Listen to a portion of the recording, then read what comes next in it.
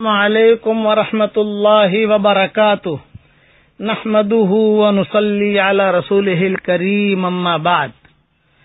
آج کا سبق سن لیجئے، اچھے اخلاق اور بد اخلاقی کے بارے میں آپس میں صلح کروائیے۔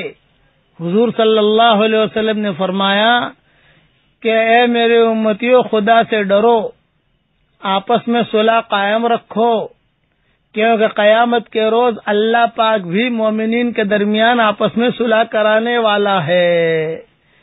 یہ حدیث تفسیر ابن کثیر میں ہے۔ فاتقوا اللہ واصلحوا ذات بینکم کے تحت، تاکہ علماء وہاں دیکھ لیں۔ حضرت انس فرماتے ہیں کہ ایک مرتبہ حضور صلی اللہ علیہ وسلم کو دیکھا کہ آپ مسکرا رہے ہیں، تو حضرت عمر نے پوچھا کہ حضرت آپ آج مسکرا رہے ہیں، کیا بات ہے؟ تو حضور صلی اللہ علیہ وسلم نے فرمایا کہ میرے دو امتی خدا کے سامنے گھٹنے ٹیک کر کھڑے ہو گئے ہیں۔ ایک خدا سے کہتا ہے کہ یا رب، اس نے مجھ پر ظلم کیا ہے، میں بدلہ چاہتا ہوں۔ اللہ پاک اس سے فرماتا ہے کہ بھی اپنے ظلم کا بدلہ ادا کر ظالم سے۔ تو ظالم جواب دیتا ہے، اے اللہ، اب میری کوئی نیکی باقی نہ رہی کہ میں ظلم کے بدلے اسے دوں، میں تو کنگال ہو گیا ہوں، کوئی نیکی نہیں۔ تو مظلوم فوراً کہتا ہے، جس پر ظلم کیا تھا نا، کہتا ہے اے اللہ پاک، میرے گناہوں کا بوجھ ڈال دے اس پر۔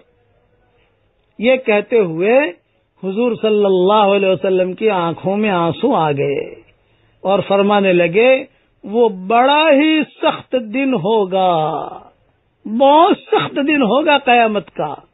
لوگ اس بات کے ضرورت مند ہوں گے کہ اپنے گناہوں کا بوجھ کسی اور کے سر دھر دیں۔ اب اللہ پاک مظلوم سے کہے گا کہ نظر اٹھا کر جنت کی طرف دیکھ۔ وہ سر اٹھائے گا، جنت کی طرف دیکھے گا، عرض کرے گا، یا رب، اس میں تو چاندی اور سونے کے محل ہیں، موتیوں کے بنے ہوئے ہیں۔ یا رب، یہ محل کس نبی کا یا کسی صدیق کا یا شہید کا؟ اللہ تعالیٰ فرمائیں گے، جو اس کی قیمت ادا کرے اس کو دے دوں گا بھائی۔ تو وہ مظلوم کہے گا، اللہ پاک، اس کی قیمت تو کون ادا کر سکتا ہے؟ اللہ فرمائے گا کہ تو اس کی قیمت ادا کر سکتا ہے۔ وہ عرض کرے گا کہ اللہ پاک، میں کیسے قیمت ادا کر سکتا ہوں؟ اللہ فرمائے گا، وہ اس طرح کہ تو اپنے بھائی کو معاف کر دے، وہ ظالم کو معاف کر دے۔ تو فوراً کہے گا، یا رب، میں نے معاف کر دیا، میں نے معاف کر دیا۔ اللہ پاک فرمائے گا، جاؤ، اب تم دونوں ایک دوسرے سے مصافحہ کرو اور جنت میں داخل ہو جاؤ۔ دونوں ایک دوسرے کا ہاتھ تھامو، جنت میں داخل ہو جاؤ۔ اس کے بعد حضور صلی اللہ علیہ وسلم نے یہ حدیث بیان کی، خدا سے ڈرو، آپس میں صلح قائم رکھو، کیونکہ قیامت کے روز اللہ پاک بھی مومنین کے درمیان آپس میں صلح کرانے والا ہے۔ بڑی زبردست حدیث ہے، یاد رکھنا۔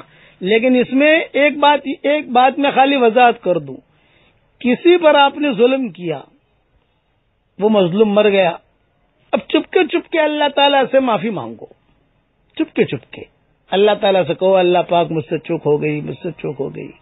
اس کے بچوں کے ساتھ اچھا معاملہ کرو، اس کے گھر والوں کے ساتھ اچھا معاملہ کرو، اس کے رشتہ داروں کے ساتھ اچھا معاملہ کرو۔ تو اللہ کے ذات سے امید ہے کہ حشر کے میدان میں بھی اللہ تعالیٰ صلح کرائے گا۔ لیکن آپ نے اگر معافی ہی نہ مانگی اور آپ وہی اسی ظلم پر رہے، اسے بعض لوگ بہت ضد طبیعت کے ہوتے ہیں۔ علماء نے لکھا ہے کہ جو آدمی میں تکبر ہوگا وہ اتنا ہی ضدی ہوگا، تو اس کے لیے ہدایت کے دروازے جلدی کھلتے نہیں ہیں، وہ محروم بن کے ہی مرتا ہے، عام طور سے دیکھا گیا۔ اس کے لیے ضد نہیں، جو بات حق کی آ جائے حق کو فوراً قبول کر لو۔ اس کے لیے آپس میں بگاڑ پیدا مت کرو، بلکہ آپس میں صلح سبندی کرو۔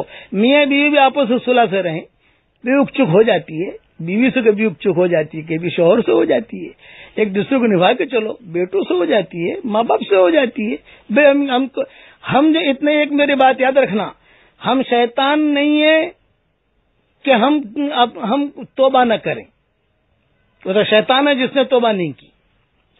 اور ہم فرشتے نہیں ہیں کہ ہم سے گناہ نہ ہو، وہ تو فرشتے، ان سے گناہ نہیں ہوتا، ہم سے تو گناہ بھی ہوگا بھائی، ہم تو چوک بھی ہوگی۔ اللہ سے معافی مانگو، سامنے جا کر معافی مانگ لو۔ اللہ تعالی ہم سب کو اچھے اخلاق والا بنائے۔